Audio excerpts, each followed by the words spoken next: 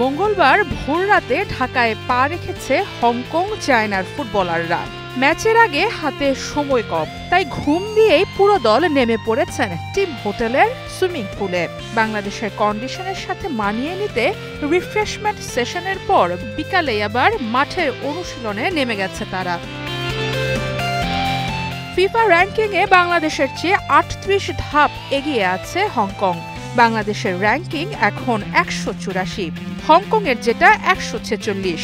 এই তালিকাতে দূরত্বটা খুব বেশি না হলেও এশিয়ান কাপের বাছাই পর্বে অবশ্য বাংলাদেশের পারফরম্যান্স থেকে বেশ এগিয়ে আছে তারা।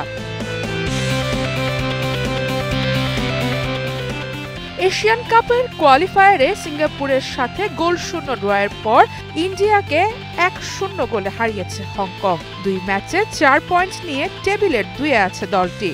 মূল পর্বে খেলতে হলে যেহেতু গ্রুপ চ্যাম্পিয়ন হতে হবে, তাই ৯ ও ১৪ অক্টোবর বাংলাদেশের বিপক্ষে ২টা ম্যাচকেই উইনিং টার্গেট করে এসেছে তারা।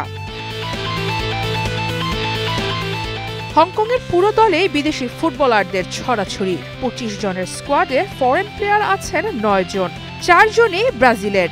এর মাঝে আবার ফরওয়ার্ডে খেলা লুইস এডওয়ার্ড ছিলেন সান্তোসে নেইমারের সাবেক সতীর্থ।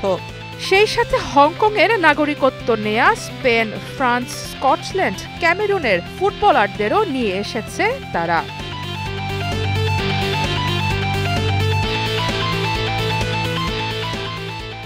বাংলাদেশের ফুটবল বিশ্বমঞ্চে নিজেদের প্রতিষ্ঠিত করতে না পারলেও লাল সবুজের নতুন হাইপটা ছুঁয়েছে তাদেরকেও। বাংলাদেশের উদ্দেশ্যে রওনা হবার আগে তাই হংকং ও চায়নার অধিনায়ক ইয়াপ হুং ফাইয়ের সহজ স্বীকারোক্তি, হামজাকে ছাড়া আর কাউকেই চেনেন না তিনি। সারা মাহবুব, স্টার নিউজ।